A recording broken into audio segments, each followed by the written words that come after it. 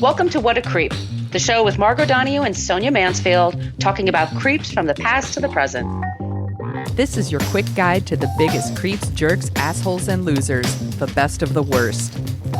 From two nice ladies who want the world to be a little less creepy.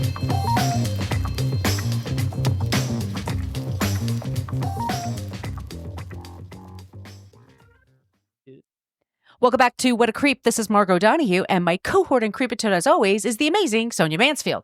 Hey, Sonia. Hello, my friend. Hello, my friend. We are the podcast that talks about creeps from the past to the present. Today, we have a creep and a creepy thing that happened in the U.S. almost 100 years ago that we didn't know about until one of our listeners brought it up. So here's the thing. We talk about creeps, and then we always end the show with somebody who is not a creep. So it leaves you feeling a little more elevated about the world and where it's going. We're doing the best we can, y'all, with what we've got. We're doing the best we can. We are white-knuckling this for you. But we're always looking for suggestions for creeps and then for non-creeps. So let me go through the places you can find us. We do have a basic Facebook page. That's where people go to complain about our language.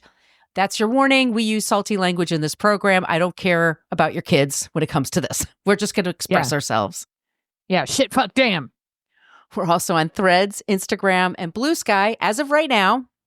All this is as of right now. You just got to, hold your knuckles to the sides and we're going to make it at What a Creep Podcast. And then we have a basic old-timey email. It's whatacreeppodcast@gmail.com. If you want to join us, by the way, on let me do two things. One more. You can, if you want some stickers, send us your address via the email, and wherever you are on the planet of Earth, even Cork, Ireland, Sonia, we just got a fan letter from somebody there. Oh, yay! And she asked for stickers, and I'm going to drop them in the mail for her. I just went to the mailbox yesterday. It was finally above 20 degrees where I live, Fahrenheit. So those are out there. And also, I'm sorry, I forgot to mention, What a Creep podcast group. That's where Sonia and I, as of right now, we're the most interactive, and that's where our listeners hang out. It's a private group. You do have to ask to join. We are very protective of it. We ask you a few questions before we allow you in, and we just want you to not be an asshole while you're there. If you're just there to cause problems, we're just going to kick you out. It's just a waste of energy. So, yep. And we're on it, by the way. We have people that will... Yeah. Our moderators have no patience. But we are looking for other ways we can connect. So it could be on Patreon, which we do have Patreon. You can sign up for free on Patreon, and we will post some things there occasionally. But let me just go right to Patreon. Yeah.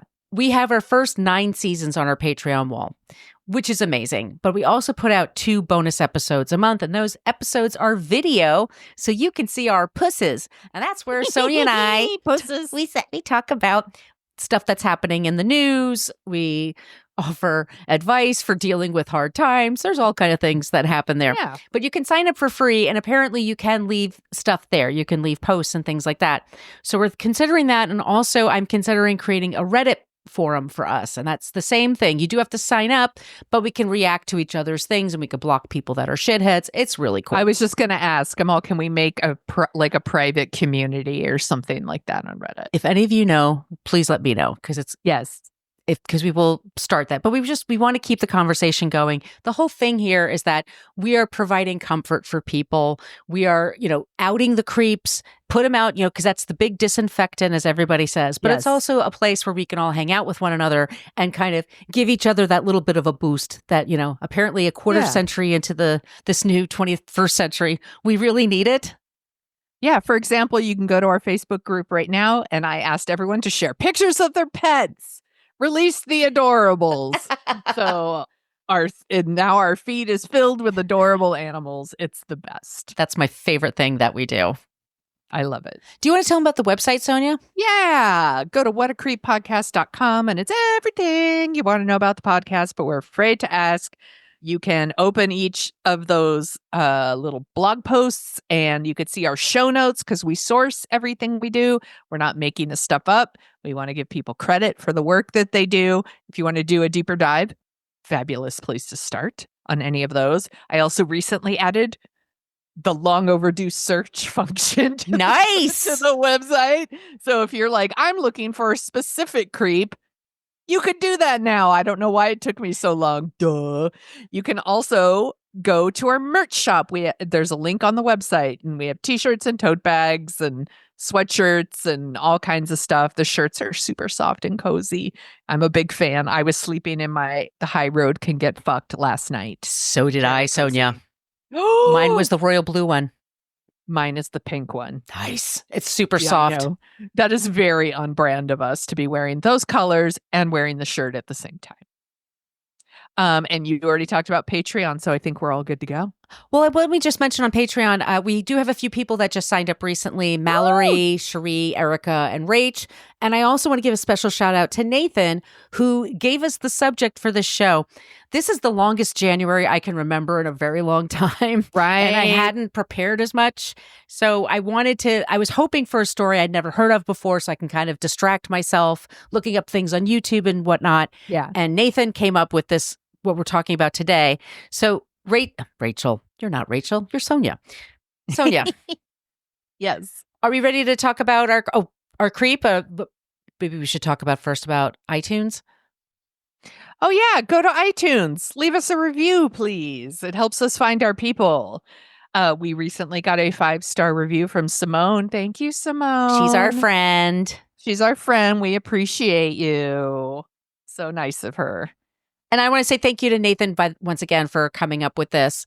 But also on Spotify, people have been leaving us comments there more often. And all that really helps us find more people. It makes Spotify want to promote us more, things like that. So all those are ways you can contribute to the show.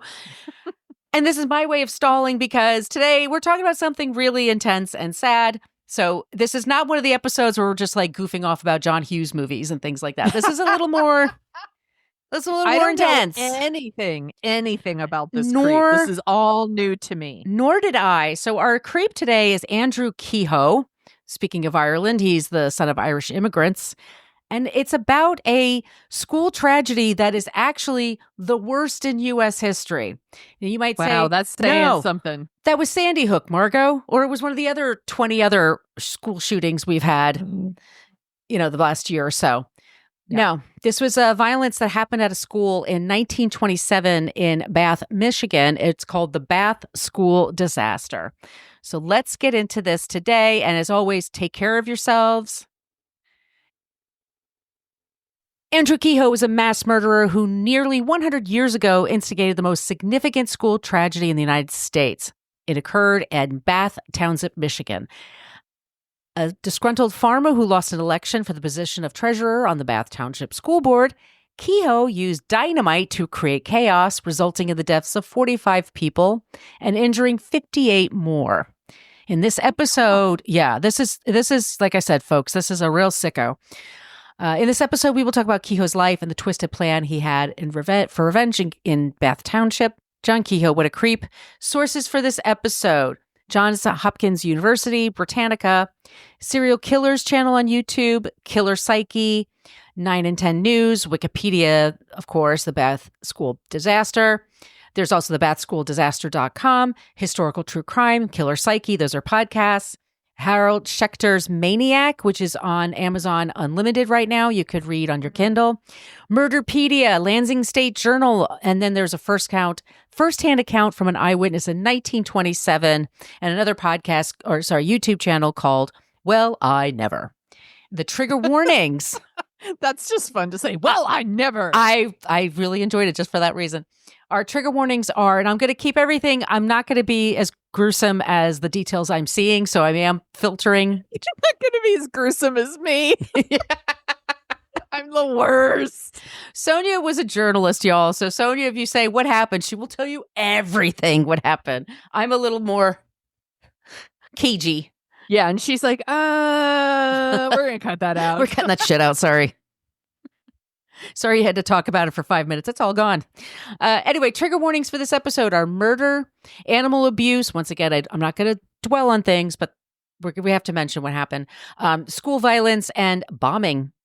Okay. And once again, we will be talking about nicer things at the end of the show. We will talk about something more delightful at the end of the show. But let's talk first about our creep today. His name is Andrew Philip Kehoe. He was born February 1st, 1872. He was the son of two Irish immigrants. His father was a little bit older when he had him. It was a second marriage. And Andrew was the seventh of 13 children and the first boy born. These are Irish Catholics to the core, y'all. I come from a long line of them. Oh, well, it's a long line of them I come from. Trust me. It's a designation that is deserving. He was raised in a very nice family, but he was the first son born with 6 older sisters and was basically raised to think of himself as somebody special. Aren't you special? He had a certain amount of ego about it. He had a certain amount of, I'd say, insufferability, but he was someone who just thought very highly of himself. For sure. Yeah. He grew up in Tecumseh, Michigan. I believe that's how you pronounce it. That's what I thought it was. His parents were Philip and Mary. His mother died in 1890, and then his dad gets remarried. His life up to a certain point, he was arrogant. He had a very high opinion of himself. He grew up in a family of farmers. He knew farming. He understood farming, but he also had a scientific / mechanical mind. So he knew a lot about explosives, but he also knew a lot about engines. And he learned about when electricity started becoming a thing in America. He learned a lot about electricity. He kind of grew up. It's a huge talent. Trust me, I'd be married to an electrician in a second if you gave me the offer, right? A plumber or electrician? Are you kidding me? Yes, please. But he was the kind of person that he had a very high opinion of himself. And just to give you an example, he did have a farm, but when he was tilling the farm on a tractor, he would wear a full suit and like shiny patent leather shoes. So I'm a farmer, but I'm also a dandy. Like I'm also someone you need to, treat as special. Isn't he special? He went to college in St. Louis, Missouri. And then he comes home around 1911 to live with the family. And he didn't really have a career set in mind. He didn't really know what he was going to do. So he kind of was a little bit lost. He had a very high opinion of himself, but he didn't have a lot of money to take himself to the places that he thought he deserved. Let me explain it that way. Mm-hmm. So in 1911, he's staying with his father and his second wife. He's 69 years old when his new wife has a baby.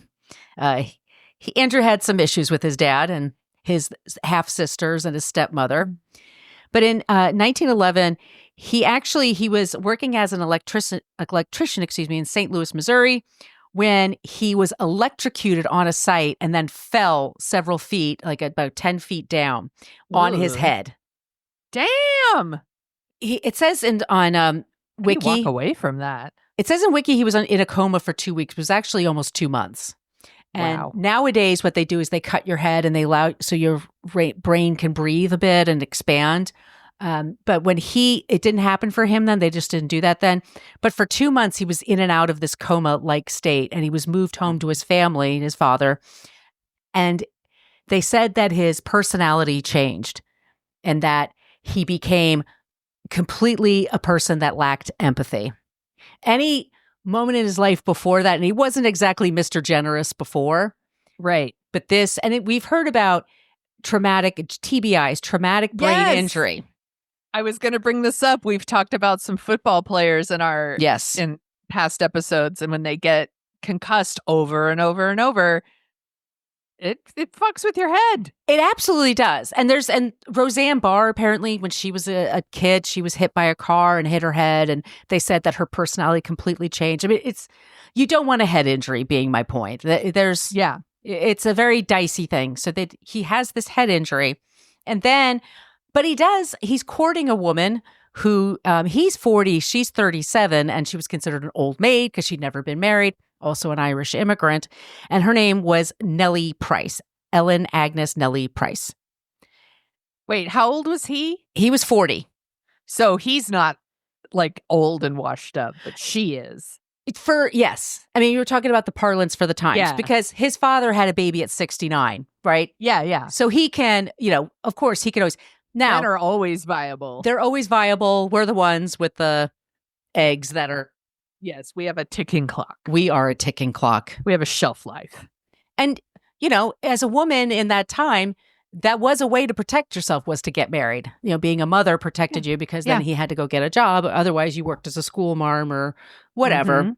So they're very much in love. They were very happy, but they were also really not into kids. So she made it clear to him, I don't think I can have any. He was like, that's fine by me.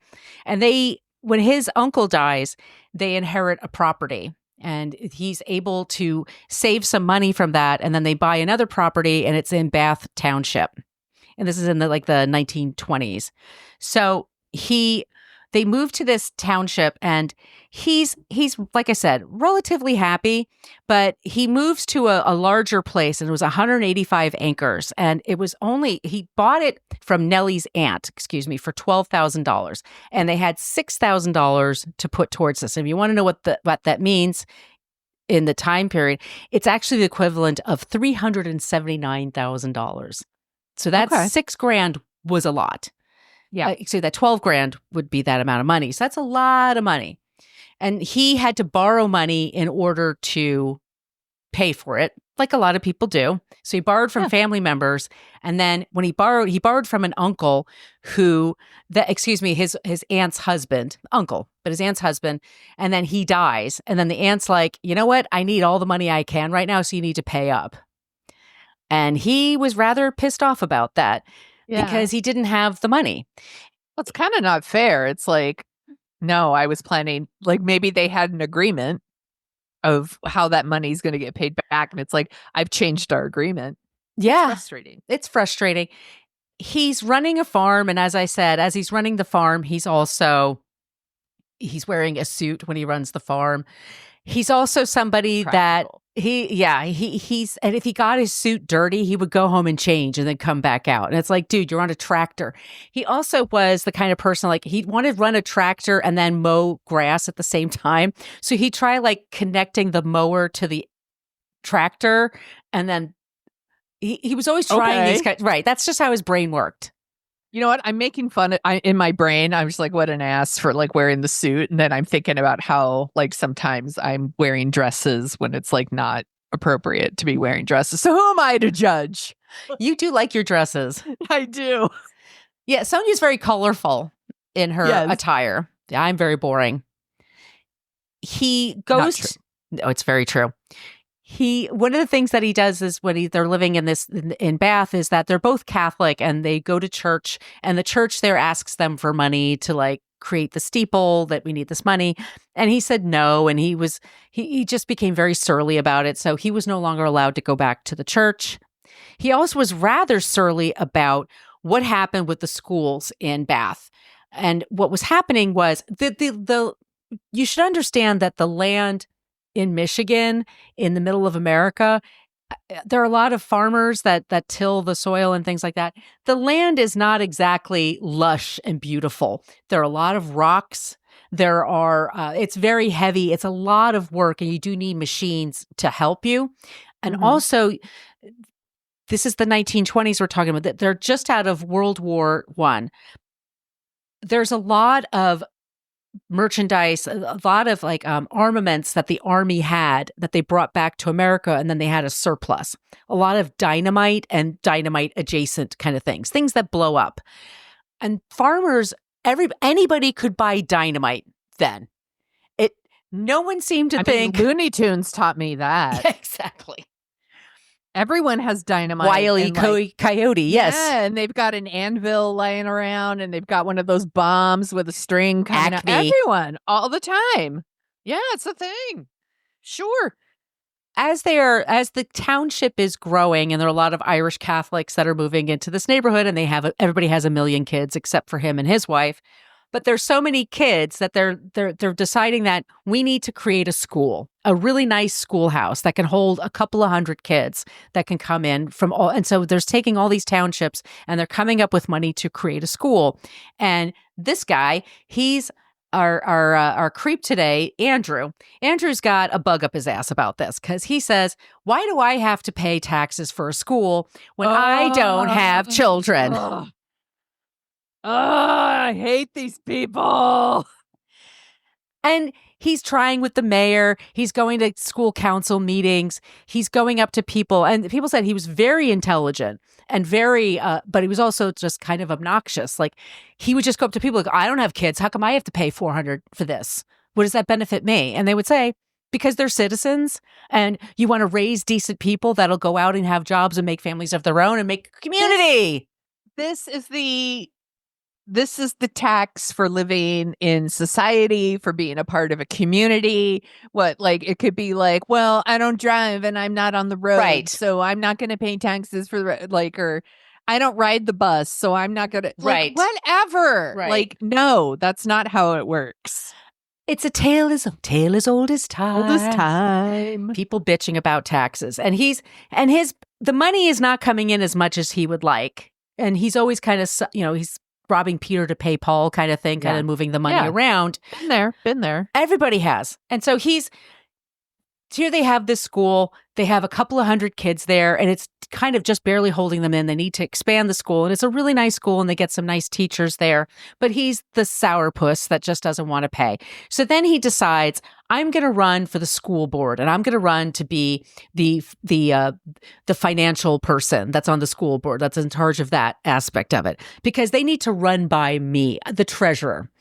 In order to know that they're spending their money the way they want to. Oh, they want to spend that much on books. We don't need books.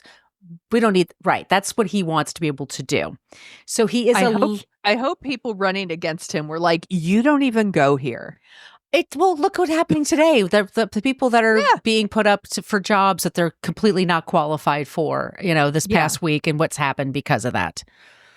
Ugh. Awful. Because he was thrifty, as they'd say, cheapskate. They thought, well, he'll be good as a treasurer then, because he really is obsessed with money and how to save money. And maybe it would be good to have somebody like that in charge of the money aspect versus coming up with the curriculum and things like that. And he is such a pain in the ass that he alienates himself from everybody there. And he's getting angrier and angrier about it. And there's a young superintendent by the name of Emery Hayek, I believe it's pronounced. I'm sorry, it's Huyck. I've heard it described in different ways. But Hayek was a person about 10, 11 years younger than him who did believe in the schools and did believe in community and did believe like he was an asshole for being giving everybody such a hard time. And the two of them were butting heads. Now, the superintendent, Emery, was someone that everybody really liked. He loved the kids. He was all about community. And so he was getting promoted and getting raises, but not the treasurer. And he only served as treasurer for a couple of years, and then he lost. And so then he started trying to run for different things around town, and he wasn't getting elected. And very quickly, he spirals. And he's getting just more and more upset. Nobody wants to work with a miserable prick. No. And if you're told no about something, it's going to be no. Like he keeps wanting to change. And I know people like this. Ed. We know people in the news that are like this. They're told no and they just keep at it and they keep doing it anyway. That's the kind of personality that we're dealing with. But he's also getting angrier and angrier and angrier. His wife, Nellie, by the way, is also becoming very ill. And she probably had tuberculosis, but she had to go to the hospital so frequently that was another drain on their finances. Yeah. So he was worried about that. On top of all of those things, he started getting this reputation for hurting animals. And I'm not going to dwell on anything, but he did unalive his stepmother, who, by the way, when his stepmother, I didn't mention the stepmother. Sorry, let's go back. After he hurt his head, he had that head injury. This was in 1911. He was living with his father and his stepmother. And about 6 months after he started living with them, and once again, he had this head injury. He's like behaving irrationally. He's getting angrier and angrier. His stepmother one day was in the house and they had a gas stove. And one day she turns on the gas stove and it ignites a spark and she's on fire. Oh my God. He's in the house while this is happening. So he goes to the kitchen and he grabs a pitcher of water and throws it on her. But it turns out the mixture of the gas with the water made it worse. So Oh no. she was suffering. She was burning to death in their home. So he runs to the neighbors to get help because they didn't have a phone. And he goes to the neighbors and he's like, "Hey, do you have a doctor or somebody that we can get? We have my stepmother had an accident." And they're like, "Okay, well, what's wrong?" He goes, "Oh, I don't know. She was by the stove and she has this accident. And so we need some help." My point is that he was very calm as he talked to them. Yeah, that's not fire. No. Fire. And the neighbors, when they called for a neighbor and they said, "Oh, well, we'll come with you back to the house to see what's going on." When they saw what was going on was this woman was dying in her kitchen because she was so covered in black and blue. Like the skin was just, God. she winds up dying. And nobody ever blamed him for it. But it's something that years later they would go back and like, he was an odd duck. He also unalived one of her cats. He was also on his farm, very cruel. He was known to attack other people's dogs with a gun. He was known to hurt the horses on his farm. He was a cruel man. He had no empathy. People who do that are psycho. Well, it's the head injury, and then it's the animal abuse. These are all things. The lack of empathy, high intelligence, but not very good at dealing with people. No emotional intelligence, that kind of thing. That's the kind of person we are. So that was him in 1911. Here they are in 1925, 26. He's serving on the school board, and then he gets kicked off the school board. His wife is having TB. His uncle dies, and then his aunt wants the money. Like, she really needs the money. And he's saying getting a lot of pressure. And instead of just selling farm equipment, which is what you should do, is sell, what can I sell? That's the first thought in your brain. Or those suits. How about those suits? Those suits. He had a lot of equipment in the garage and the barn. Yeah. He was always collecting equipment. So people were like, well, sell some shit. That's the first thing you do. And he didn't want to do that. Why do I have to sacrifice? So we then have the Bath School, and it's now May of 1927. And even though he was fired, he wasn't elected again to serve at the school board. They still needed his help to do some things around mechanically wise. And so he was in the basement there, and they, was just getting the lights going and getting all this stuff. And they let him go in and out of the building whenever he wanted. And he had a job to do there. So that wasn't like it was crazy for him to be there. But he was going quite frequently to the school, quite frequently after hours, hanging out in different parts of the buildings that aren't really populated with people and aren't really used for teaching. And there is some question like, why is this guy who hates kids, always here? Always here. Yeah. Well, it turns out that what he was doing was, like as I said, dynamite and other explosives were easy to get your hands on at the time. And he needed them to blow up tree rot in his yard or moving boulders or things like that. He was buying hundreds of pounds of explosives. And he was creating this. He had a surplus of it basically in his barn.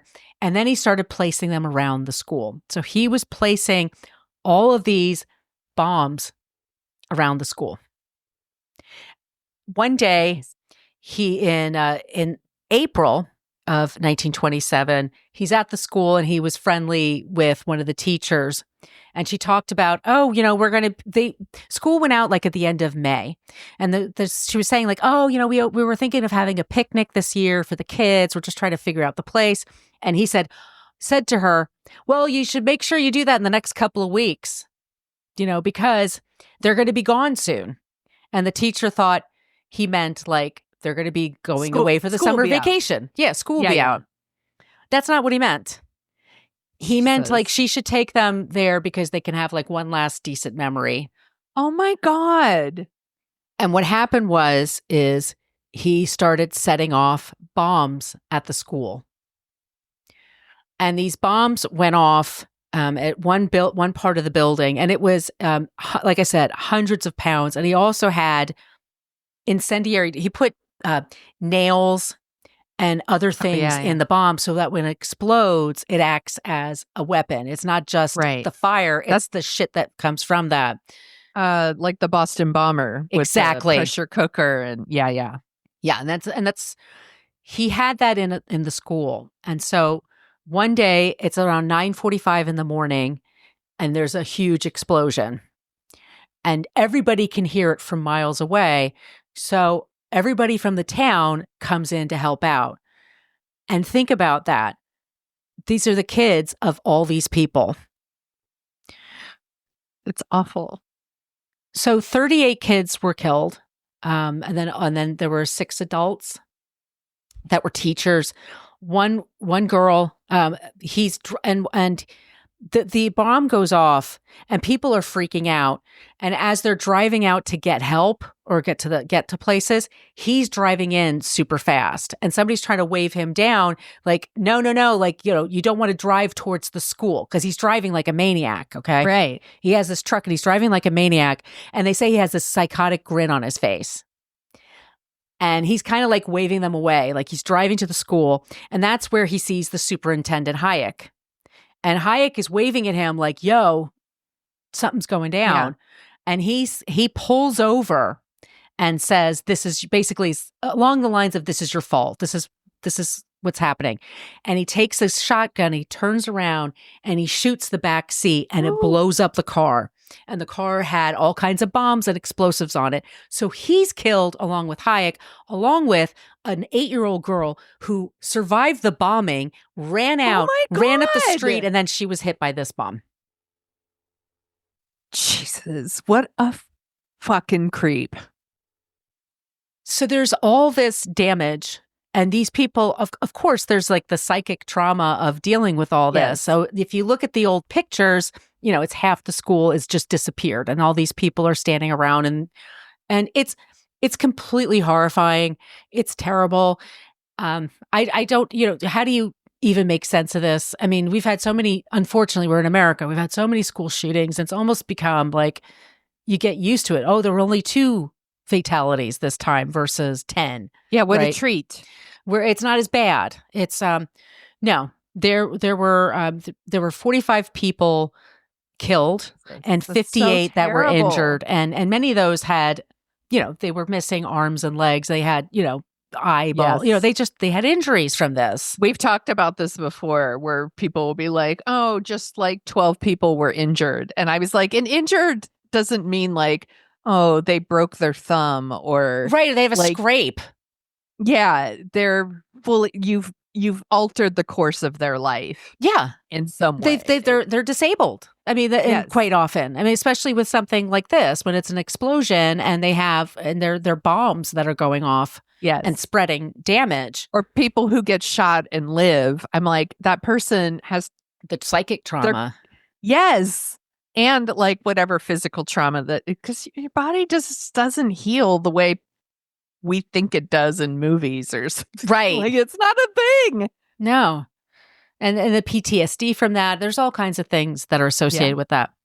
It didn't take them long to figure out that he was the guy that did it. I mean, he was the one person. And once again, he was grinning. He was waving at people. Because he was just Looney Tunes. He was just out of it. When they go to his yard, they find that he had a fence and he had put up a message on the fence and the message was stenciled on a piece of wood that he attached to the fence. And it says, criminals are made, not born. That's his. Okay. And in there, they find his wife. She was struck in the back of the head and then he lit the house on fire.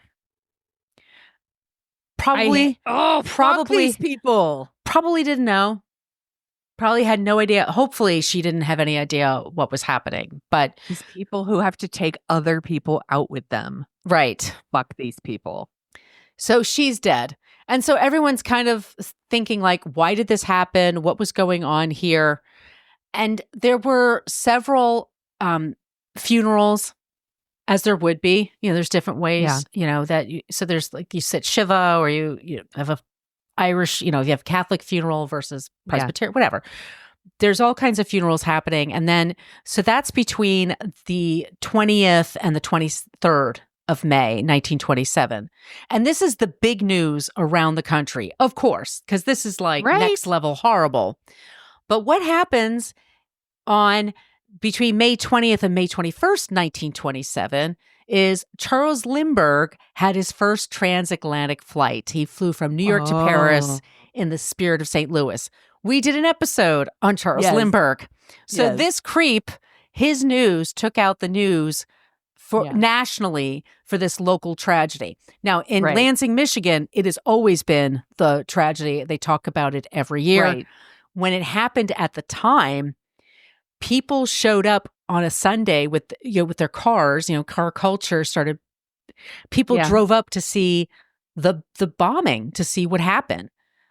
They were curious. They were like, you read about something, you're kind of like, what does that look like? What does that actually mean? And people actually, his car that had blown up, and you could see pictures of that.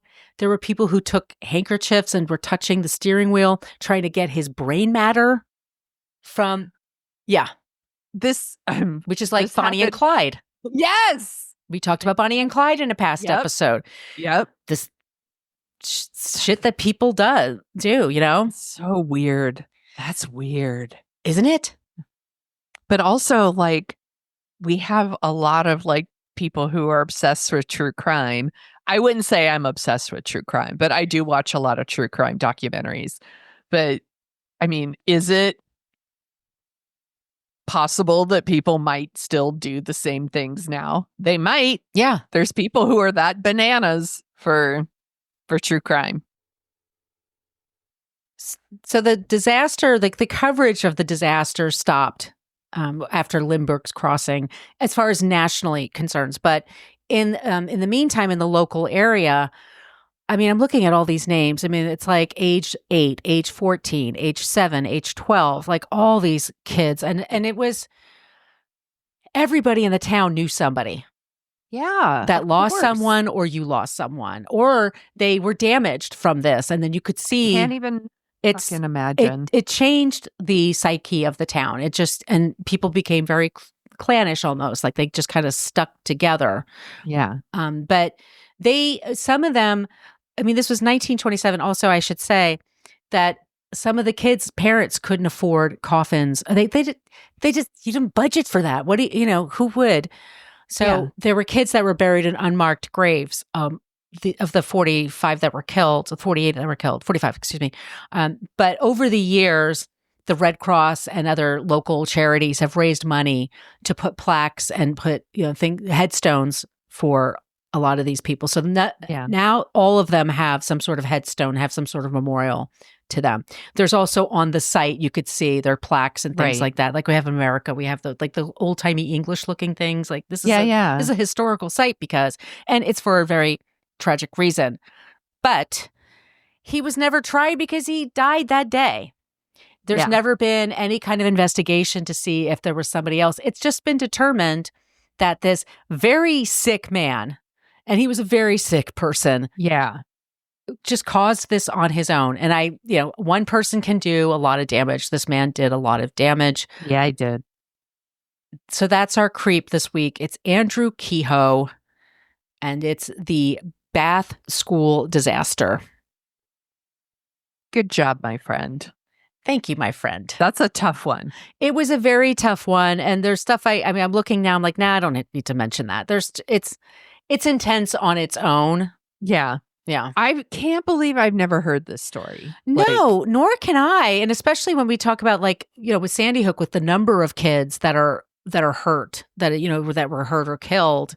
Yeah. But, it just, Lindbergh took the headlines. Spotlight. Yeah, he was the story for years. Everything he did was written about. So yeah, I mean, it's a pretty big deal. Yeah. But that happening is also a pretty big deal. You'd think there'd be room for both. Yeah. But damn. Yeah. Good job, my friend. That was no fun to wade into, I'm sure. No, it was not. But interesting. I have to say, it was really interesting. Yeah. Yeah. So I thought, following that story, and also with just the whole state of the world, this country in particular, but the world, we could all use some good things. So I made a list of good things that you can follow, you can read, you can watch, whatever you want, however you like to consume your shit. So here's what we've got. First of all, this is like my favorite. I follow on all the social channels, We Rate Dogs. Oh, yes.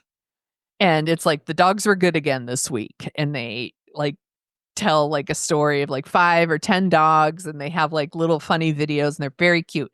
They also have a daily email that you can sign up to. So it's like a daily, like adorable, basically in your inbox that every day brings me delight. They also have a YouTube channel. So if you're like, I don't want to follow them on TikTok or Facebook or whatever, but you go to YouTube, they have a YouTube. So I've linked to the YouTube. You can go there. You can also like, they take donations, and they have merch that says like, tell your dog I said hi, which I wear all the time.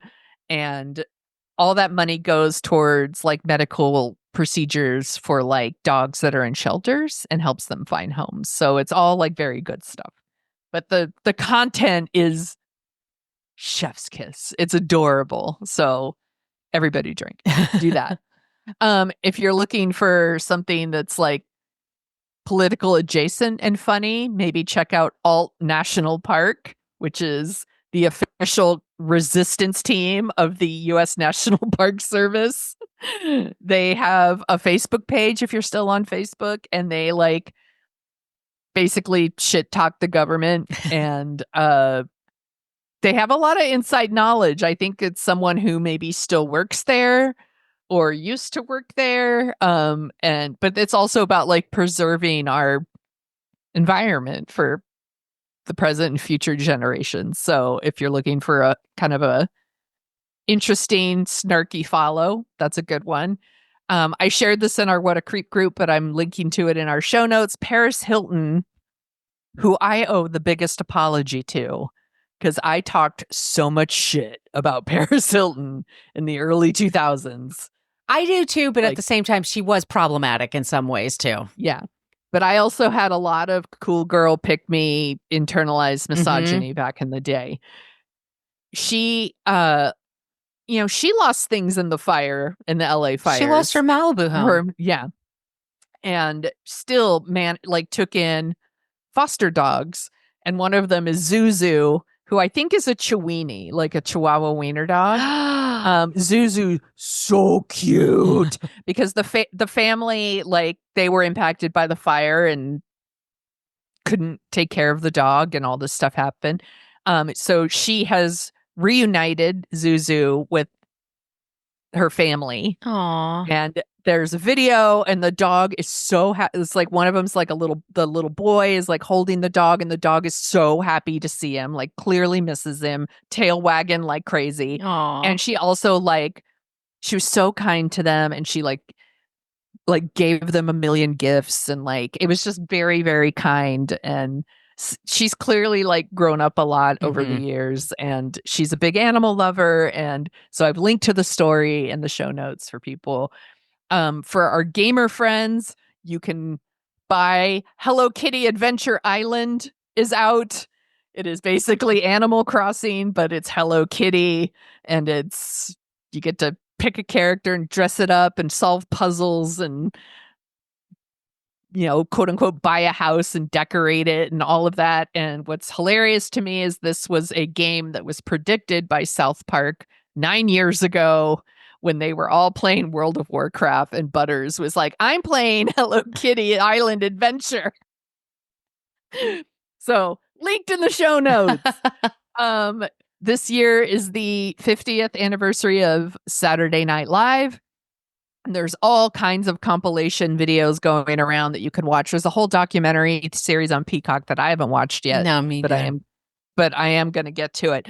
But something I did watch was Questlove from The Roots, who also is part of the like house band for Jimmy Fallon's Tonight Show, spent a year working on this and did a compilation of 50 years of SNL musical guests.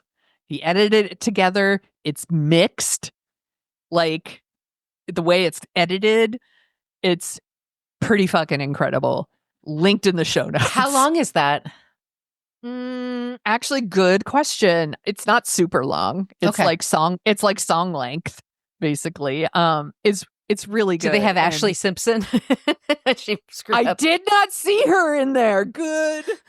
Actually, good point. with her hoedown Also, I don't- dancing. She was. Yeah, I didn't see her, and I didn't see Sinead O'Connor either, which is another That would have been like a good one. controversial one. Yeah. But it's really, really cool to see like who they've had over the years, and like including like Prince and Morris Day at the time, and then you have REM and Elvis Costello. Remember he did? Yes, and he pissed him off because he played radio. He pissed them off.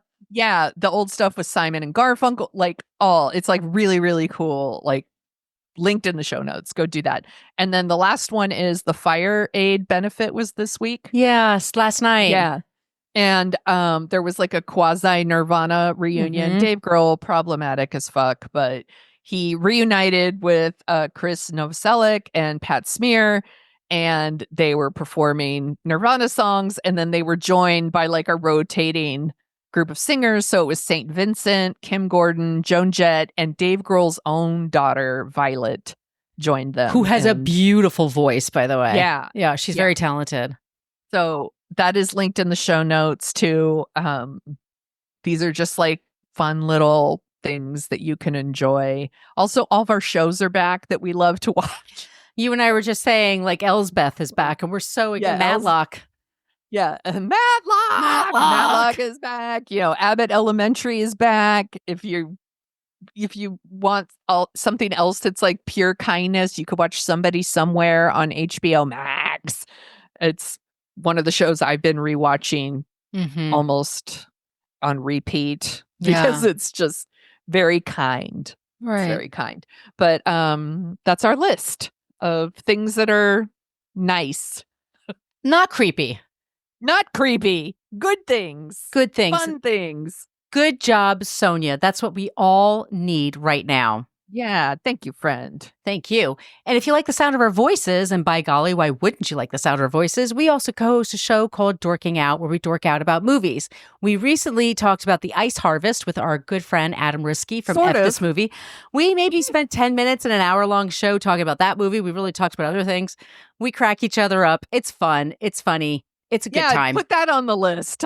Dorking Out with Adam talking about Ice Harvest. It's great. And then also a continuing theme of Sonia and I, when we mostly it's just the two of us talking, we have a segment about ruining your childhood where we revisit movies from the 80s that are really not holding up very well. Yeah. St. Elmo's Fire was like the most famous one, but there's quite a few others. We're also we'd like to talk about movies that for some reason were in the zeitgeist and everybody liked them and they got 1 million Oscar nominations. And then you look at it years later, like, what the hell were people even thinking then? Yes. And I thought this then when this movie came out, and I'm thrilled now to talk about, what are we talking about again? I wrote it down. I can't remember. As good as it gets. As good as it gets. 1997, James L. Brooks directed, Jack Nicholson, Helen Hunt, Greg Kinnear. This movie was nominated for like 7 Oscars. And even then, I was like, really? I really saw this movie in a movie theater. I hated it. I was annoyed by it. But I went out thinking, it's got to be me. I have to be the problem. Right? Yeah. I'm not getting it. And then a couple of years ago, I wrote a book about movies that are filmed in Brooklyn, and it's filmed in Windsor Terrace. So I said, I'm going to put this movie on and see, I can't wait to talk to you about it. It's a stinker. It's going to be so fun. But in a good way. There's it's like we're going to talk about tropes in movies that are just like Oscar bait that they shouldn't be. Yep. That's happening. It's going to be a good one. Dorking Out, so please check out that. Once again, if you want to sign up for our Patreon, once again, 2 bonus episodes a month, and we have 9 seasons of shows up there. You could also sign up for free. We're trying to figure out places that we can go to hang out. And if you have suggestions for creeps and non-creeps, send them our way. Our email, once again, is whatacreeppodcast@gmail.com. Sonia, where can they find you? You can find me at thesoniashow.com and The Sonia Show on Twitter. No, you can't find me on Twitter. That's habit. That's a habit that I need to break. You can find me on Blue Sky. and TikTok and Threads and Instagram and Facebook for as long as I decide to stay on those things. Blue Sky, I'm probably not going anywhere, but the other ones, It could be, yeah. Yeah. What about you, my friend? You can find me at brooklynfitchick.com. I'm at Brooklyn Fit Chick for Threads and Instagram. I'm at Brooklyn Margot for TikTok and for Blue Sky. And then my YouTube is at my name, Margot Donahue. All right, everybody. Thank you so much for joining us. We really appreciate it. And in the meantime, stay safe, be kind. Just don't be a creep. Big creep. Thank you for listening to us talk about creeps. You can follow us at What a Creep Podcast on Facebook, Twitter, and Instagram. But don't follow us too closely. You can email us your creepy stories at whatacreeppodcast@gmail.com. But please keep your dick pics to yourself.